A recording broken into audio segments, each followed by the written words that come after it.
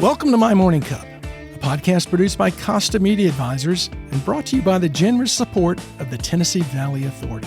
To learn more about TVA's impact on our community, follow TVA on Instagram at TVA and on Twitter X at TVA News. My Morning Cup, where we have interesting conversations with genuine people. I'm Mike Costa, your host.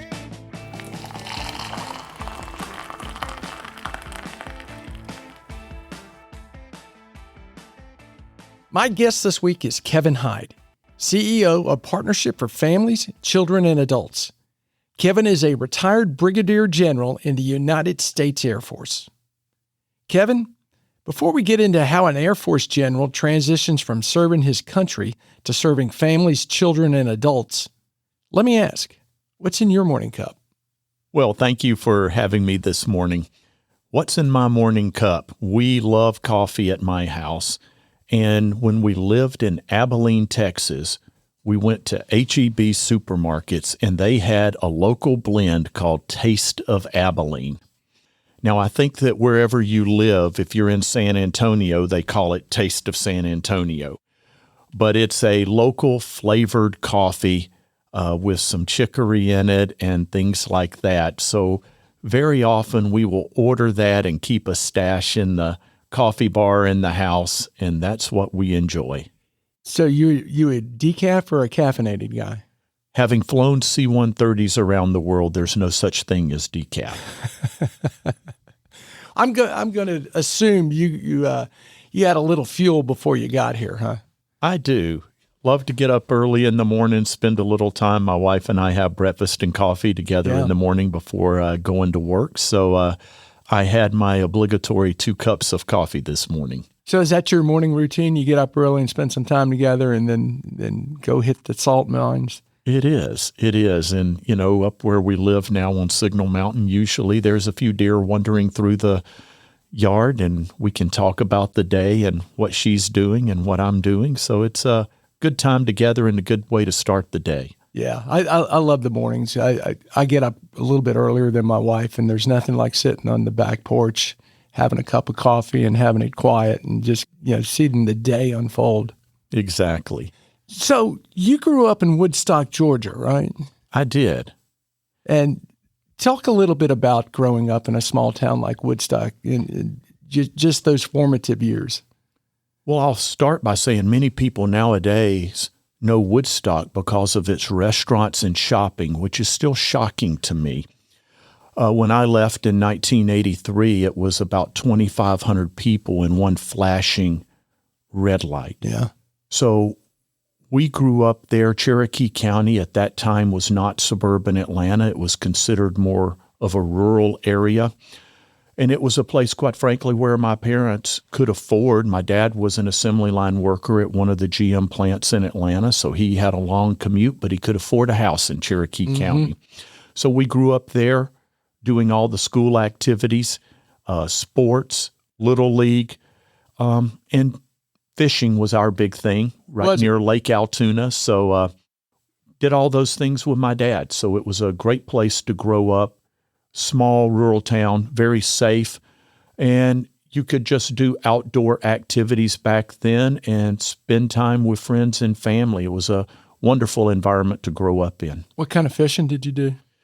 Lots, depending on where you're from, crappie or crappie, and bass fishing.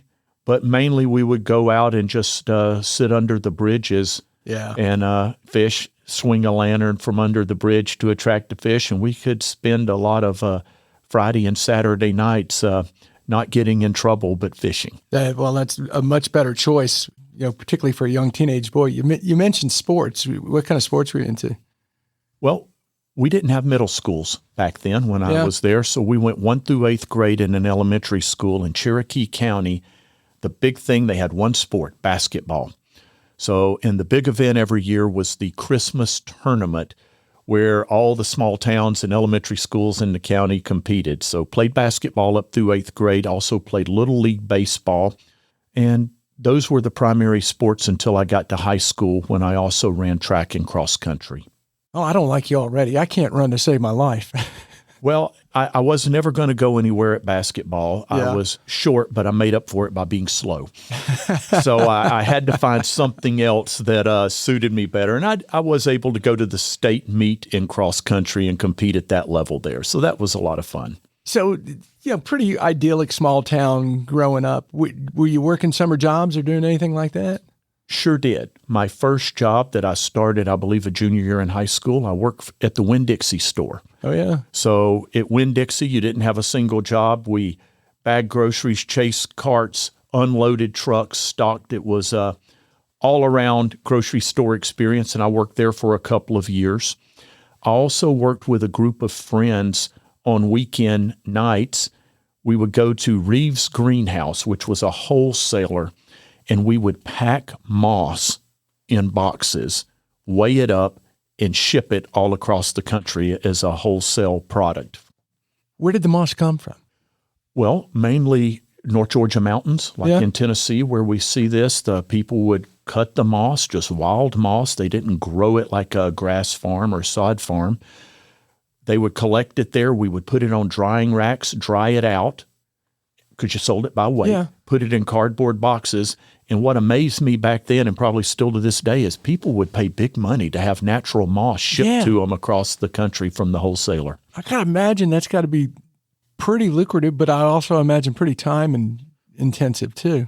It is, but they had a bunch of, young high school guys, again, on weekend nights. Keeping you out of trouble. Yeah, exactly. And it was a piecemeal rate. So we would do thousands of boxes, 10-pound boxes of moss. Wow. Any other summer jobs or high school jobs? Well, around the neighborhood, like probably every kid at that age, I had my own lawnmower and I mowed grass. Yeah. So those were the main enterprises through high school. So I'm going to assume, because you went to the Air Force Academy, you're a pretty smart guy. Well, I am the product of a Georgia public school education in Cherokee County, but there you go. Thank you for that. But no, I was very fortunate to be able to get into an academy. Well, and if you would kind of talk through that process, because I don't think everyone knows how someone gets nominated for one of the service academies and how all that goes, and really what you have to do as a prerequisite to even be considered. Can you give a little color on that? Well, it's a good question. I actually am fortunate now to serve on both our congressmen and both state senators on their selection committees. It's a lot different now than it was then due to all of the catalogs, information about the academies and processes being online. Yeah. So, young men and women, it's a whole person concept, academics, athletics, community service, and you take a look at some of the best young men and women in our community and who have a heart for service, who want to be officers serving in our military. That's an important factor. People who are willing to commit to that lifestyle and service. So the interviews are wonderful with these young men and women. They are interviewed by our boards from our congressmen and senators, and then the best of them are given a nomination to one or more service academies, and then the academy acceptance boards meet and give appointments to those that meet the criteria. It's very competitive. Did you particularly want to go to the Air Force Academy or just any of the academies? Well, it's a great question. My high school at the time was pretty rural, and I went to the counseling office and was considering some options because I knew I would have to find a way to work my way through college or get a scholarship. I'd already been accepted to Georgia Tech for the co-op program, where you go to school 6 months and work 6 months. Then I received an ROTC scholarship. So you are applying for various things simultaneously. Were you in ROTC in high school? No, we did not have that program at my school. And then I applied to the Air Force Academy. The reason, when I went to our counselor's office, there was no internet back then. The only service academy catalog they had on the shelf was the Air Force Academy.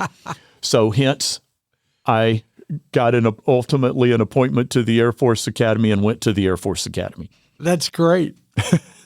Was military service something that before you saw that Air Force Academy catalog that you said, you know what, I'd like to do that? That I see that as next step in my career. Well, a lot of people think that it's only a line of military that tend to go to academies. I did not have that. My dad and his brothers, of course, were of draft age, so they did their 2 years as a draftee many years before, but we did not have a legacy of military service in our family. But growing up, I became very interested in reading historical books, history, particularly military history. And probably a defining point in my young life was in 5th grade at a summer reading program at our downtown library in Woodstock. I picked a book off the shelf that probably not a lot of people would read called Treblinka. I've heard that. Treblinka was a Nazi death camp. That's it. And the only one at which there was an active revolt where they fought back. That book had a profound influence on me, going, how could this be allowed to happen? Mm-hmm. And then what things were done to end this and prevent it? And of course, for those who have been to the Holocaust Museum in Washington, D.C., when you walk in the door, they have all the patches of the U.S. military units that overran and liberated many of those camps. So that book had a profound influence on me, and I think maybe stirred the desire to serve and make a difference in this world, I think, which has been part of my career path throughout my life. So when it came time to look for opportunities to move from a rural school, my dad never graduated from high school. His father was a sharecropper. So I was the first of the male line of Hydes to ever go to college. The military as a way of service and opportunity seemed pretty natural at that point. So we pursued those options with ROTC and the Academy. And like I said, I was very fortunate to get the appointment to the Air Force Academy. So you grew up in Woodstock, Georgia. What, 2,500 people, did you say? Or at that time, yes. At that time. And you'd fly across the country to, is it Colorado Springs? Yes. Talk about showing up and what that's like. I mean, you're really going into a different world. You know, nowadays, a lot of people take flying as pretty normal. Yeah, take it for granted. Back then, it was not, and it was incredibly expensive. So the second time in my life I had ever been on an airplane was when I flew to Colorado Springs. So, and you're flying to stay. That's right. People always ask, did you ever consider going home or quitting or something like that? The answer was no. Didn't have a return flight. Well, yes. And you know, just the way I had been raised with hard work. And when you commit to something, you see it through. So like you said, I showed up to stay for the end game. Yeah. And did not know that I would ultimately end up being a pilot and flying for 2.5 decades in the U.S. Air Force. You know, I think it's more the media image. When you think of the service academies and freshmen, and what they go through, they focus on Navy and Army. I would imagine it's got to be a similar experience at the Air Force Academy, is it? It is. And the Air Force Academy, of course, takes more of its roots from West Point because in World War II, the Army Air Corps was what later became, in 1947, the U.S. Air Force. Mm-hmm. So our experience is very much based in many ways on the early traditions that came to Colorado Springs from West Point. So you're 18, you show up. Was it a shock? Beyond a shock. Yeah, I like to joke and say that, you know, I quit having nightmares about my time at the Academy about 10 years after I graduated. Can you give any example of what was just, what it was like? It's probably one of the most difficult experiences you'll ever go through because of all of the time demands and the variety of things that you're expected to do. The academics are first rate. They're engineering schools at heart with a core curriculum of engineering.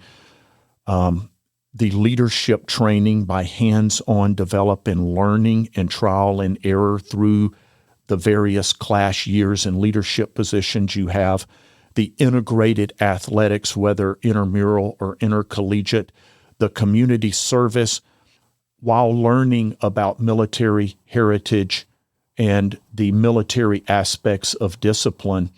It's from, early in the morning till late at night, nonstop, with always a decision to be made about what you must focus on to be the most important to get you through that next day. We were talking a little bit earlier about the academic requirements, and you were talking about courses that were basically part of the core curriculum or a prerequisite that most of us wouldn't even have in our major curriculum. How hard was that? Well, again, I came from a rural Georgia school. I think in examples, the best way to share that. You started out in Calculus 1.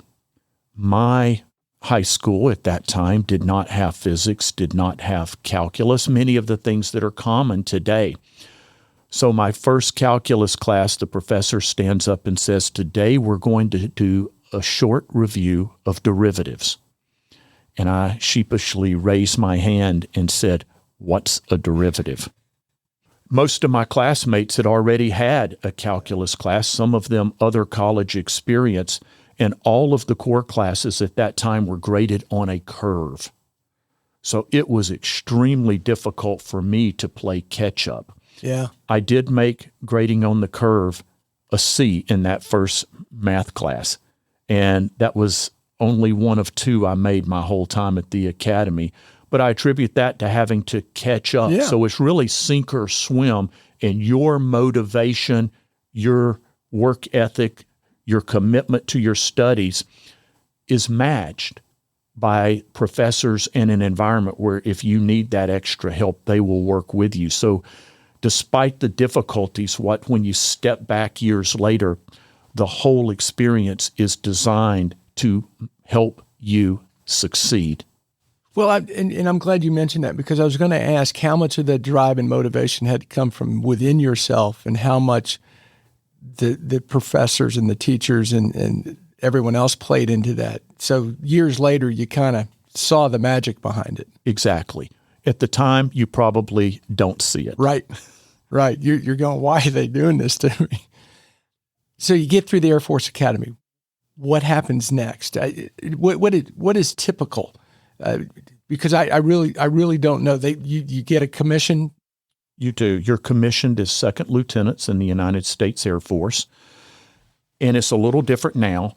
Now, because the Air Force Academy supports so many different career fields, cyber, space, and the Air Force has changed dramatically. Think of the drone warfare we see in Ukraine, for example. Back then, it was pretty much dedicated to producing line officers, predominantly those in rated career fields, pilots, navigators, air battle managers. So that's what most of us did. We went to pilot training. So I went to pilot training at Columbus Air Force Base, Mississippi. Interrupt you real quick. So they don't teach you how to fly while you're in the academy. It's after they identify what you're going to be doing. You do have airmanship programs at the academy, free fall parachuting, flying gliders, and flying in a flight screening program in a little Cessna called a T-41. What did you say about the parachute? Free falling? Free fall parachute program. I'm not signing up for that. I long ago promised my insurance agent I wouldn't do that anymore. Yeah, never done it since. So you end up in Columbus, Mississippi. How was that? It was great. You're young. You're around a bunch of like-minded young men and women, all motivated to fly. You probably thought you were 10 foot tall and bulletproof, living large, working hard, studying, flying, and that was your routine for a whole year. So a whole year dedicated to nothing but a focus on becoming an Air Force pilot. You go through that training, and then they assign you somewhere? And what kind of planes are you flying? So back then, we flew the T-37 for our primary jet trainer, and then the T-38. The T-37 has long since been replaced. The T-38s are still in use in the Air Forces right now. in test for another replacement for that aircraft. But the process at that time was they divided the class into tanker transport bomber and fighter attack reconnaissance. Those of us that were fighter attack reconnaissance rated, some of us were chosen to come back as first assignment instructor pilots. So after graduating, I was made a first assignment instructor pilot, and for the next 3 years taught students how to fly at Columbus Air Force Base, Mississippi. So how many years did you end up at Columbus? 4 years. And then what comes next? So I got an airplane assignment, and I went to C-130s. That's a big plane, right? It is, and it's a 4-engine tactical airlift plane. So went to Little Rock, Arkansas, where I went to training, and then to my first assignment in Abilene, Texas. Is the C-130, because I'm familiar with the Blue Angels because I'm in Pensacola a lot, is that Fat Albert? Exactly. Okay. That is a big plane. It is. And that's the plane you see bringing tons of troops home from Afghanistan or... Well, usually those are the bigger of the tactical. It's the tactical end of airlift or transport. All the planes that fly international distances are usually the bigger airplanes, the C-17s, the C-5, or contract airplanes that can hold a lot of people moving back and forth. In the C-130, we forward deployed for extended periods of time wherever our ground forces were. So I spent a lot of time tactically forward deployed for Afghanistan, Iraq, prior to those to Central and South America during the drug wars, or pretty much every other hot spot or conflict around the world. And I want to touch on those too, but you went from Columbus to Little Rock and then to Abilene? Abilene, Texas. And what were you doing in Abilene? Dyess Air Force Base, and that was my first assignment operationally flying the C-130. So would you fly out of Abilene to whatever the hot spots were in the world? We sure did. So from 1992 to about 2015 when I retired, I directly participated in every major conflict or operation with the exception of Kosovo, where I was working on the staff at that time. So whether it was Somalia, Bosnia, Haiti, any of those things around the world that were in the news at that time where the U.S. forces were participating, I was pretty much there flying in all of them. Out of Abilene? We would leave Abilene and forward deploy to whatever base was near those areas where we would provide that tactical airlift to U.S. forces. How much notice you get on something like that? Like, is it in a month we're going to be doing this, or is it some announcement that says you got to be here at 1,200 hours? It depends, and depends on the nature of what's going on. But sometimes you would get a week notice, sometimes 48 hours, or you could get the call depending on your alert status, and say, hey, in 12 hours you're leaving. And we always kept a ready bag packed with all of our gear, and our mobility bags, as we called them, with all the gear you need to deploy, and we're ready to go at a moment's notice. Outside of what your job is and what you're doing, what are you learning from all this with the within the military itself, and what did you pick up that's helped you today? I think the most important thing is people often ask about that transition to my later careers in the nonprofit world, and they see it as such a dramatic departure. From my perspective, it's very similar because you were in to execute those military operations. You're in the people business. You're at a very young age leading a team or a crew to accomplish objectives with a lot of responsibility and the accountability that goes with that. And you also learn very quickly that you can't do it alone. Yeah. It takes a team of people who all have their gifts, their talents, and their training to come together in time, in space, to make the mission happen and to execute successfully. So I think the first thing is you learn to value people. You learn that developing and investing in people in their training and their leadership are important. And you learn that working together you can accomplish far more than you can on your own. You mentioned young age. What is the typical age of someone who's flying like a C-130 in these? I mean, that's a big piece of equipment worth a lot of money going into a war zone, and in your 20s? Yes. Many of the new ones, you think 4 years of college, a year of pilot training, 6 months of training. Most of our new crew members who were flying the planes were under 25. Our load masters and our flight engineers, back then aircraft had a flight engineer, were all young enlisted. Some of them were very experienced, had been in the Air Force for 20 years, but you also got some that were maybe still in their teens. So at your age, and they're probably in your 20s, 30s, did you feel the pressure, or was there pressure? Or were you so well trained that it was just almost automatic? It was a reflex. I wouldn't say that it's pressure. No. Yeah. You know you're well trained. You're probably a little bit overconfident because of what you're doing, but you're also know that you've got the support around you, whether it's your wingman, your crew, your maintenance, your life support, and that whole group of people who are there, again, to help you be successful.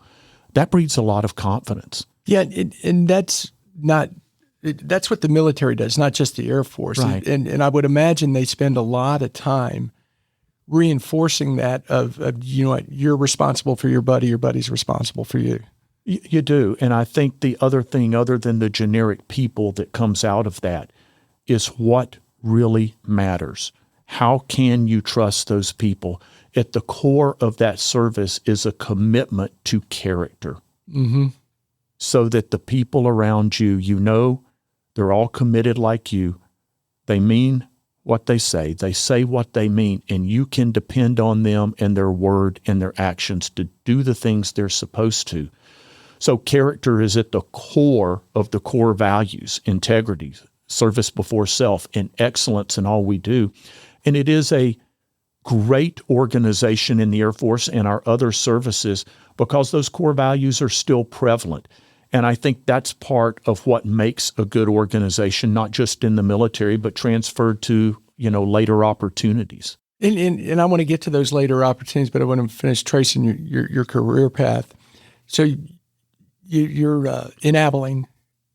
What is the move from Abilene? So from there, went from right seat, co-pilot, aircraft commander, instructor, evaluator, and to the wing commander's executive officer.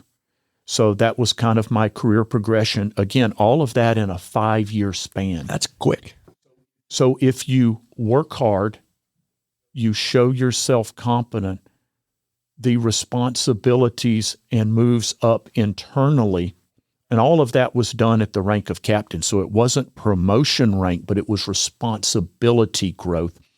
And from that, I moved to Scott Air Force Base, Illinois, where I worked Senior Officer Matters, which means I worked personnel actions and policies for colonels and general officers in all of Air Mobility Command. What does that mean? That means you have a lot of visibility. And as we like to say, visibility can quickly become exposure when something doesn't work right. But it was a great opportunity that my boss at Abilene helped me get that job. Was that a people skill position? It was.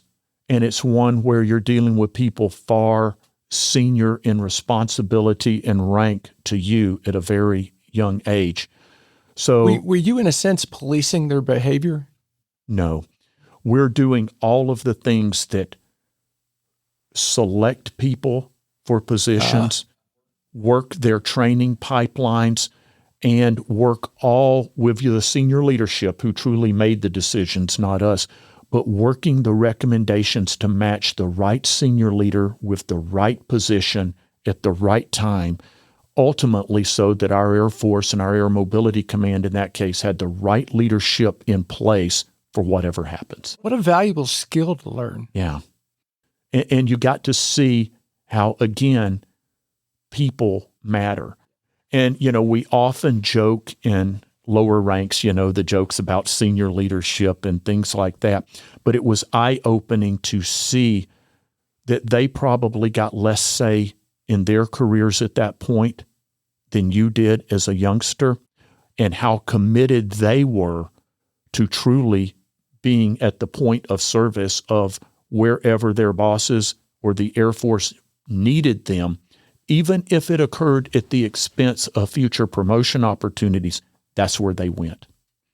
So it opened your eyes into the bigger picture of how you choose leadership for an organization, how you succession plan, and how you set an organization up for success in the future.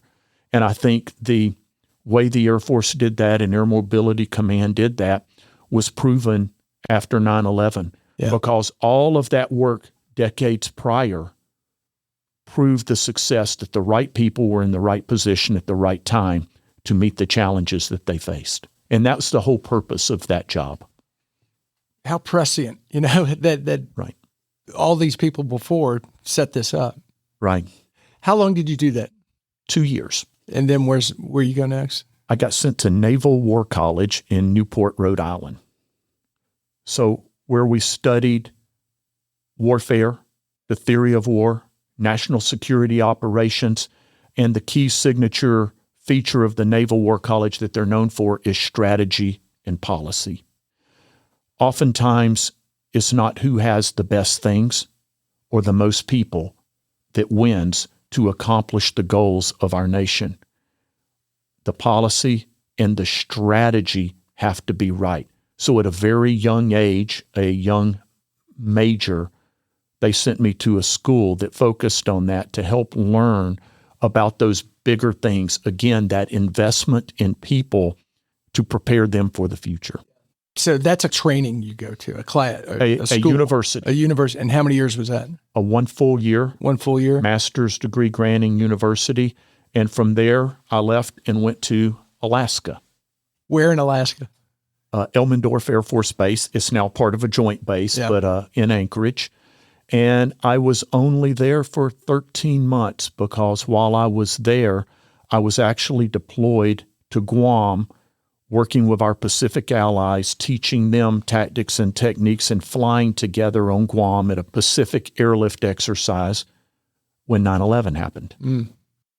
Talk a little bit about the reaction within your group to 9/11, because I experienced it as an adult watching it, and I'm just curious how someone within the military saw that happening, what the thought process is.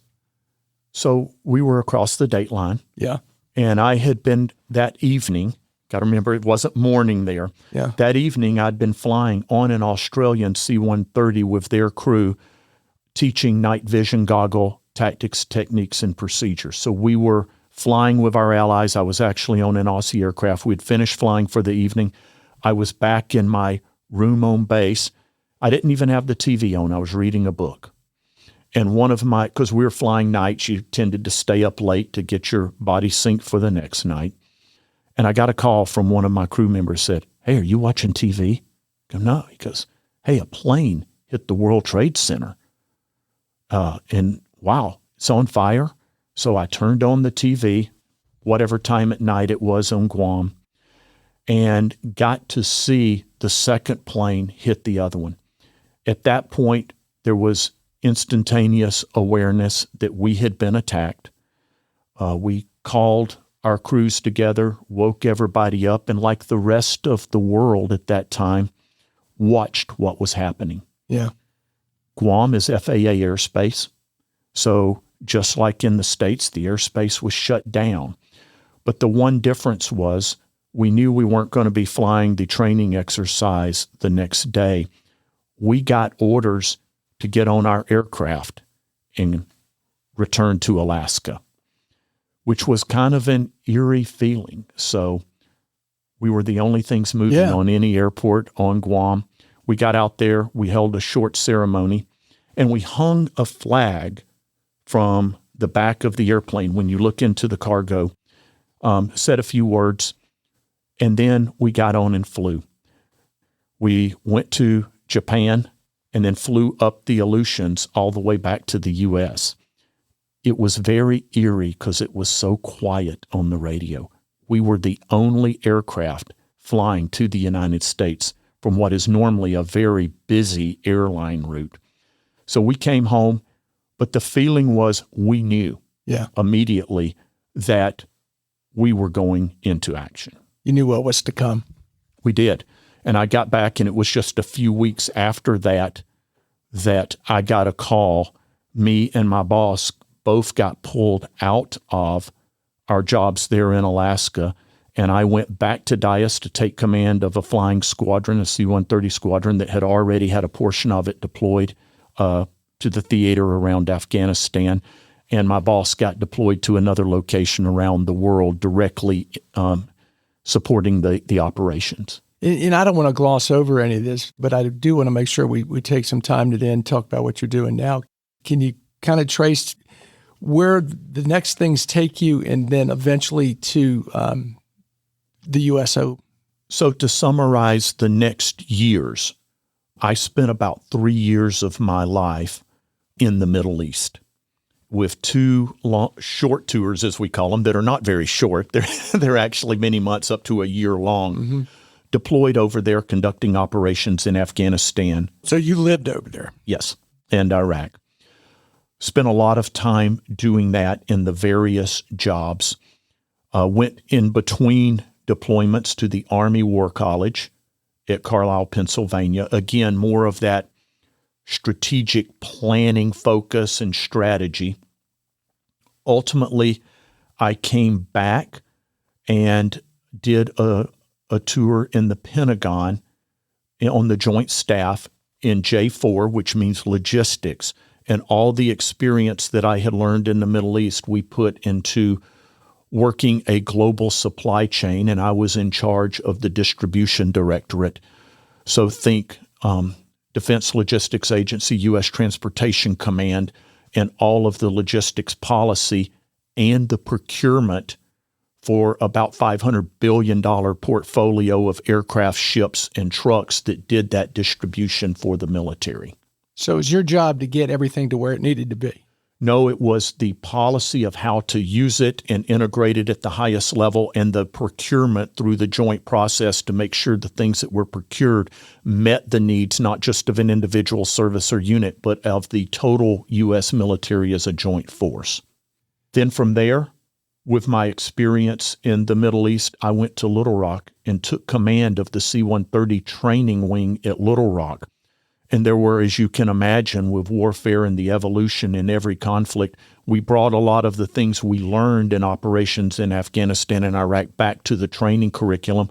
And we brought on the training curriculum for a new C-130, the J model, which is essentially an electric jet with heads-up display, different engines, lots better technology, and brought that into the force by training people how to operate with the new techniques. Is that something the military does, is kind of take you out of the field and bring you back in from the lessons learned to help refine those techniques and strategies and teach others? Absolutely. It's been a strength of the military ever since that was instituted, particularly in our air forces, whether Navy, Marine, or Air Force itself from World War II, where our aviators, we didn't leave them in combat the whole time. We brought them back to train the next generation. And I think that's something that we excel at. And again, that applies to, I think, what I'm doing today. Yeah. So you're in Little Rock. How do you get to, is it Ramstein? Ramstein, Germany. So I was promoted to Brigadier General, and while I was waiting to pin on the rank, because the numbers of that are controlled by law and Congress, I was sent to San Antonio, where for that interim period, I worked all flying training for the Air Force. A couple of significant things we did during that year where we brought online the new training for the Joint Strike Fighter. So that was part of my portfolio. And we built the first training pipeline for unmanned aircraft.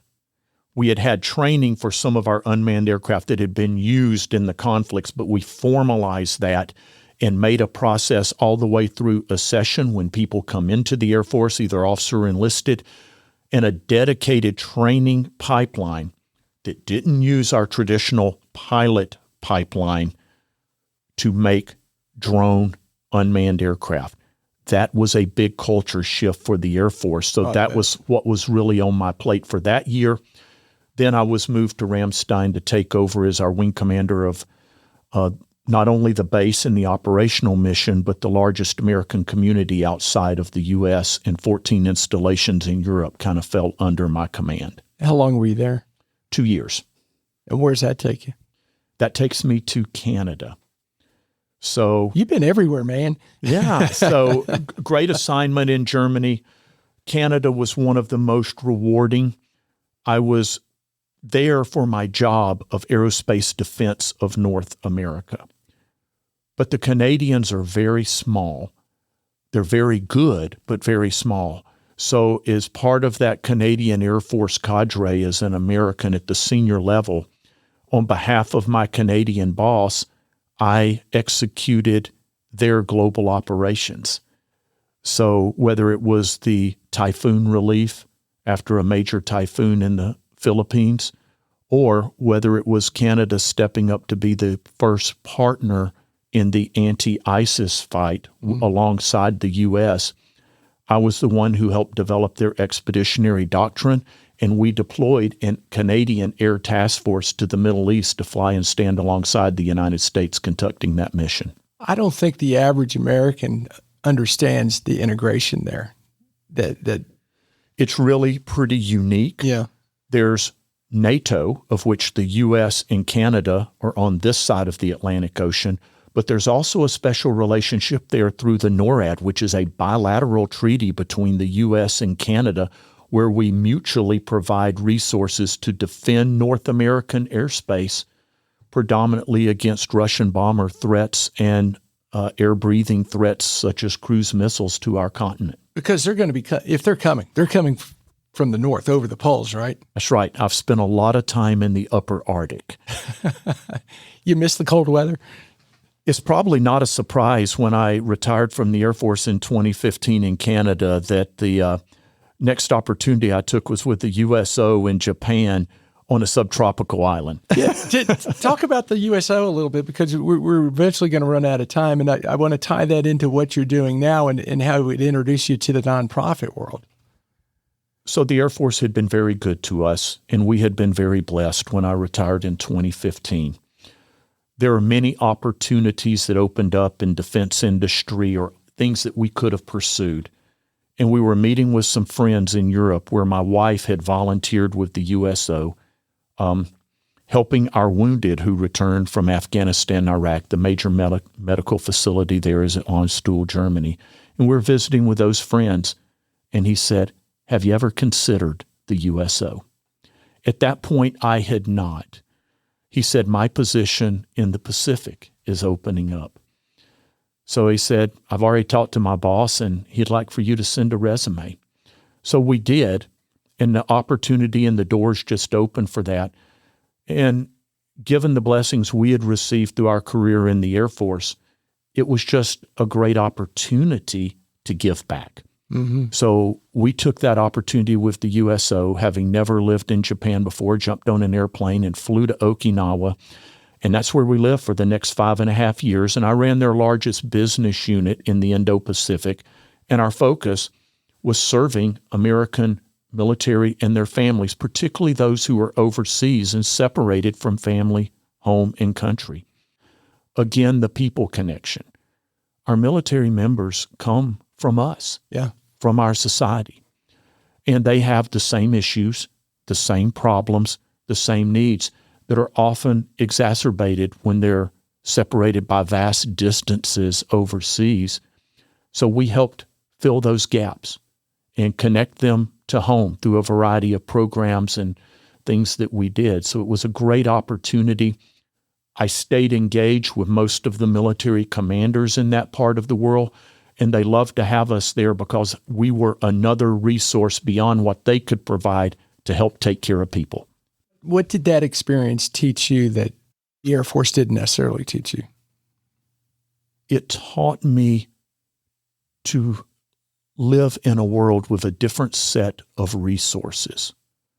We were incredibly blessed during my tenure in the military to always have abundant resources, abundant people, abundant staff. I never really lacked for the material means with which to accomplish my mission. The USO is a great organization and has great resources and supporters in the American people. But nevertheless, you're dealing with a nonprofit. You're dealing with fewer people, a much flatter organizational structure, and you're dealing with a much more dispersed force in small quantities of people who you rely on to link together across great distances for their support and functions, but yet you rely on those individuals probably even more independently to do a job and make a difference. So learning to manage in that world, learning to lead where you've got to plan sometimes for small things over months, if not years, because the capacity is so much different. Mm-hmm. So that's a different experience there. The other thing I think I learned is that even though I was primarily serving U.S. military and their families, we dealt with different cultures and local businesses, Japanese, Korean, Indonesian, Australia, Thailand, Malaysia, and working in those different countries with their business community to procure the goods and services and things we needed gave a vast understanding of how you have to deal with different people, different cultures, and different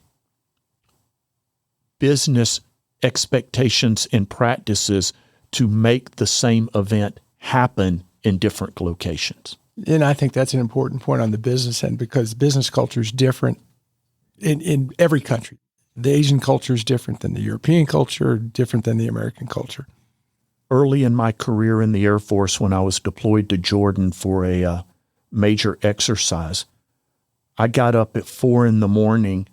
and had coffee and breakfast with a young Jordanian officer who slept in their air control tower for a week. Before finally making that relationship, he turned to me and said, "So what is it you need?" I said, "We've got a major mission coming when we're going to need 24-hour support," and they weren't manned for that. And his comment to me, "Well, whatever you need, it will be as you ask." But the business way to get there was a week of breaking bread with him and eating. And that experience was just compounded, I think, in the Pacific with the lessons we learned with dealing with different business people. And that goes back to relationships, right. Obviously. So all of this, your career and everything, prepares you for where you are now. Talk a little bit about, not a little bit, let's talk about the partnership and where you are and how you got here. So, loved the USO, loved living in Japan. I had some aging parent issues. My extended family's from around the Rome, Georgia area. So my mom's health had been declining, so I had to give that position up and come home. Well, where is home, having left in 1983? So we chose Chattanooga. It was very close to family, where we could do the things we needed to do to take care of my mom. So we came here literally not knowing a soul in 2021 and put down roots, bought a condo here on the North Shore. For about the first year, my primary focus was taking on some health care needs of my mom before she eventually passed away. But then, what's that third career going to be? I had the nonprofit experience, and the opportunity with partnership came open, a nonprofit that's been serving our community for almost 150 years.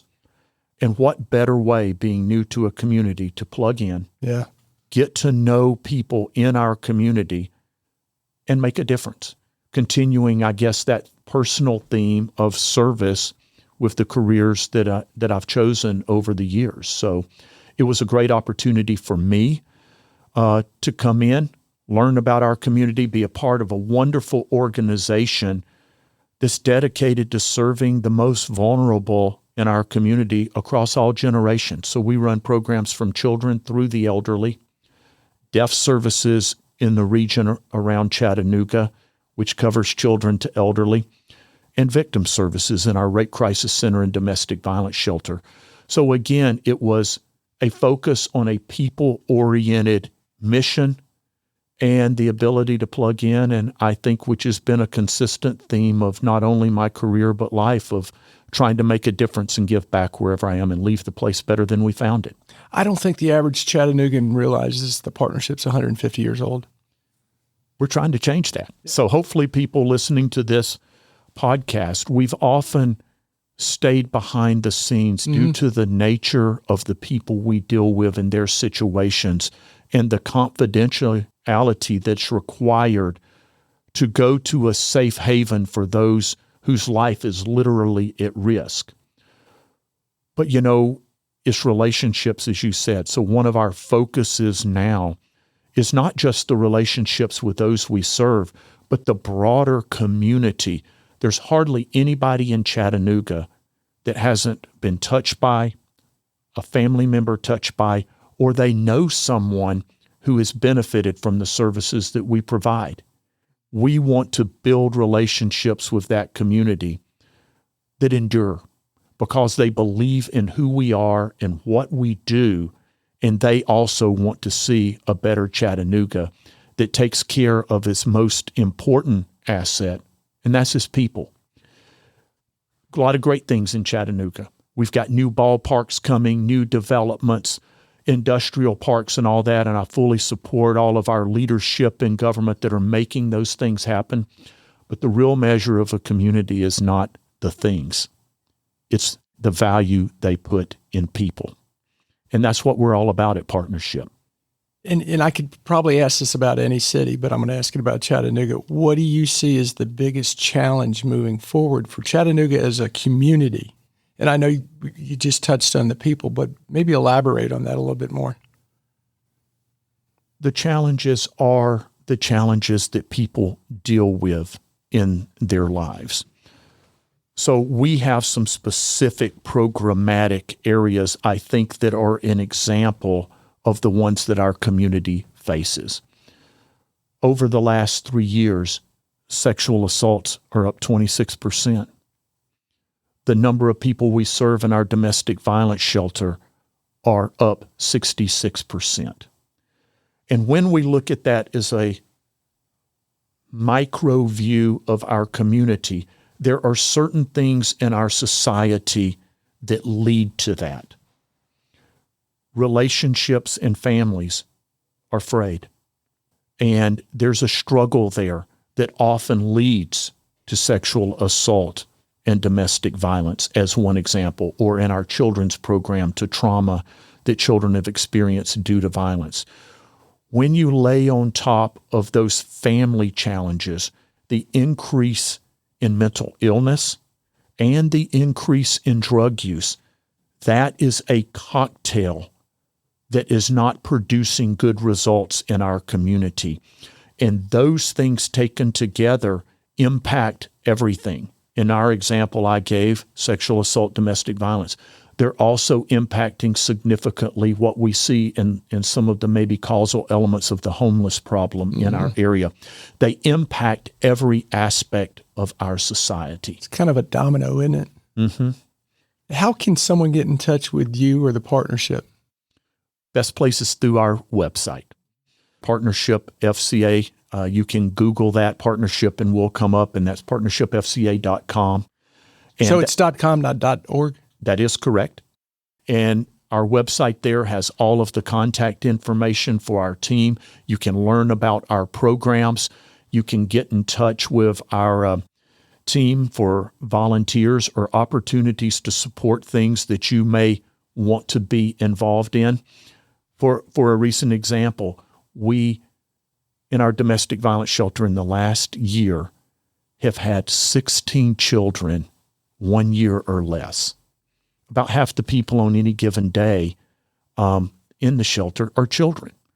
We've seen a significant increase of those who are expecting moms to be experiencing domestic violence. And statistics tell us that that's an area when they're actually most vulnerable to being abused and even death. Mm-hmm.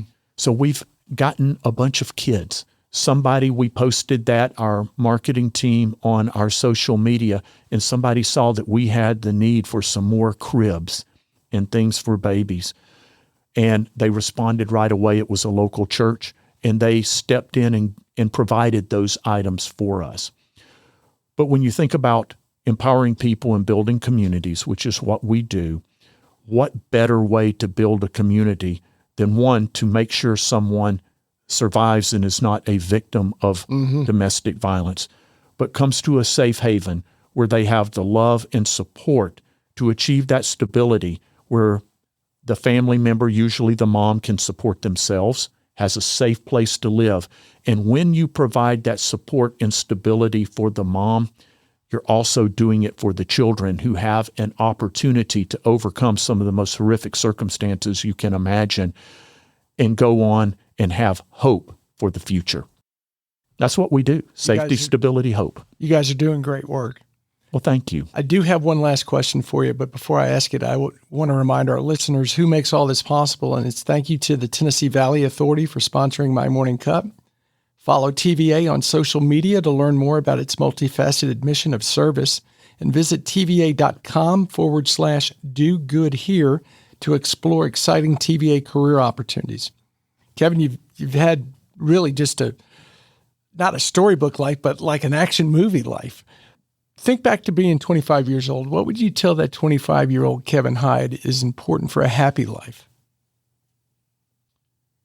Well, I think the things that I did focus on then that have served me well, and I think that that's faith, relationships with my wife and family that are strong, and I think the best testament to that is, despite all the moves and challenges and time away that they saw with me, both of them chose to also serve in the military, and both of them graduated from West Point and served as infantry officers around the world for our defense. It's got to be a big point of pride. It is. And they have now also chosen their different career paths. One is in seminary to become a pastor, and another one has chosen a career path. We call it embracing his inner nerd, where he's become a computer developer and programmer. So they've set out on their own life's path. But I think that those things, that when you're looking to move up in the world and make a difference, you can either take the self-defeating way of doing it on the backs or in spite of others, or you can choose to do it through servant leadership and working with others and building people up along the way. And I think that's made all the difference. That is such great advice, and I really appreciate you coming in and talking today. It's good to get to know you better, and I look forward to learning more. Thank you so much. Well, thank you, Mike. It's been a pleasure.